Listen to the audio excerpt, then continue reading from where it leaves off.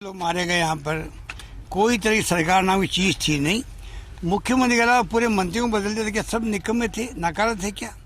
इसका मायने कुछ काम हुआ नहीं 3-3.5 साल तक, और लोग अब समझ गए हैं। इस बार हमें पूरी विश्वास है कि गुजरात की जनता कांग्रेस को समर्थन देगी। हम वादा करते हैं जो हमने राजस्थान में स्कीम लेके आए हैं, तमाम स्कीमों को हम लोग सोशल सिक्योरिटी की भी है, स्वास्थ्य की भी है, बुजुर्गों के लिए, विधवाओं के लिए है, सबके लिए स्कीम मैंने बनाई है। वहाँ पर किसानों के लिए है, सबकी स्कीम हम लागू यहाँ करेंगे। ये हमने राहुल गांधी जी आए थे यहाँ पर, तभी वादा किया था। आज मैंने वापस रिपीट किया है कि हम आने वाले वक्त के अंदर सरकार बनवा के देखो एक बार। कोई जमाना था कांग्रेस शासन में, कितने काम होते थे यहाँ पर। 27 साल को देख लिया, अब वापस देखो कांग्रेस को हमारे आग्रह है और आह्वान है लोगों को। सर, 2017 में आपके नेतृत्व में बहुत अच्छा प्रदर्शन कांग्रेस ने किया था। 2022 में आप उससे भी ज्यादा बड़ी विस्तृत जिम्मेदारी के साथ में, और साथ ही भारत जोड़ो यात्रा की आप बात कर रहे हैं जिसने 1000 किलोमीटर अपने पूरे कर लिए हैं। इस पर आप क्या? देखिए, भारत जोड़ो यात्रा राहुल गांधी की बहुत शानदार चल रही है। हजारों लाखों लोग जुड़ रहे हैं उसके अंदर।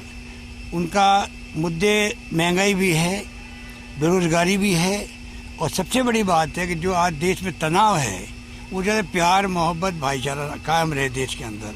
सब मिलकर हम राजनीति करें। लड़ाई विचारधारा की होती है, लड़ाई कोई व्यक्ति की दुश्मनी नहीं है। तो देश में दुश्मनी का माहौल बन गया है, वो समाप्त करने के लिए वो अपनी यात्रा में निकल पड़े। कारोबार चल पड़ा है पूरे देश के अंदर। आज चर्चा होती तो भारत जोड़ो यात्रा की चर्चा होती है।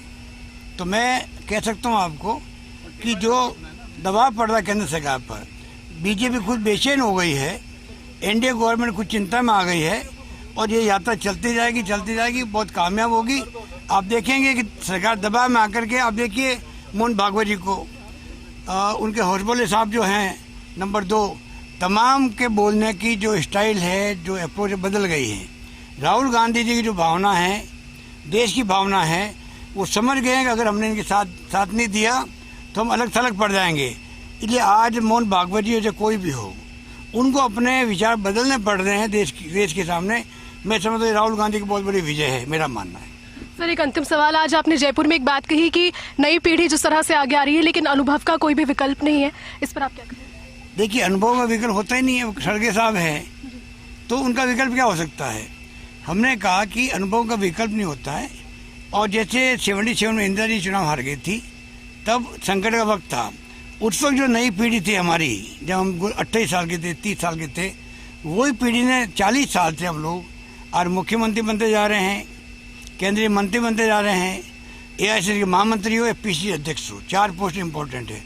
चारों जगह वही लोग रहे हैं जो 77 से लगा के 80 तक संकट के वक्त में इंदिरा जी के साथ खड़े हुए थे। मैंने कहा आज संकट का वक्त है कांग्रेस के लिए। नई पीढ़ी को चाहिए जान लगा दे वो, देश के लिए, देशवासियों के लिए, कांग्रेस के लिए। तो जब वक्त अच्छा आएगा तो उन्हीं को चांस मिलेगा। ये मेरा कहना था, मैं वापस रिपीट कर रहा हूँ। नई पीढ़ी को ऐसा वक्त है कि चुनौती को स्वीकार करे। जैसे राहुल जी ने चुनौती स्वीकार की है, सब काम छोड़ के निकल गए, वो यात्रा पर निकल गए हैं। उसी प्रकार तमाम युवा नेताओं को चाहिए वो अपने खुद के हिसाब से सोचें हम क्या कंट्रीब्यूट कर सकते हैं कांग्रेस के लिए, देश के लिए, देशवासियों के लिए। निकल पड़े वो कोई न कोई प्रोग्राम लेकर के। तो वक्त आएगा तो उन्हीं की पूछ होगी, उन्हीं को चांस मिलेंगे काम करने की, मेरा मानना है। ये मैंने कहा। तो चलिए, देखिए, हमारे साथ में इतने व्यस्त शेड्यूल के बाद में भी जुड़े, और उन्होंने बातचीत की। उन्होंने बताया कि जिस तरह से नई पीढ़ी को आगे आके ज़रूरत है मुश्किल भरे इस दौर में। और देखिए, गुजरात का यहाँ से एक तरीके से रणभेरी बच चुकी है। आने वाले दिन में भी, यानी कि कल भी, उनके कई कार्यक्रम प्रस्तावित हैं। फिलहाल के लिए मेरे साथ में कैमरामैन नरेंद्र के साथ मैं जयती मिश्रा, भारत 24।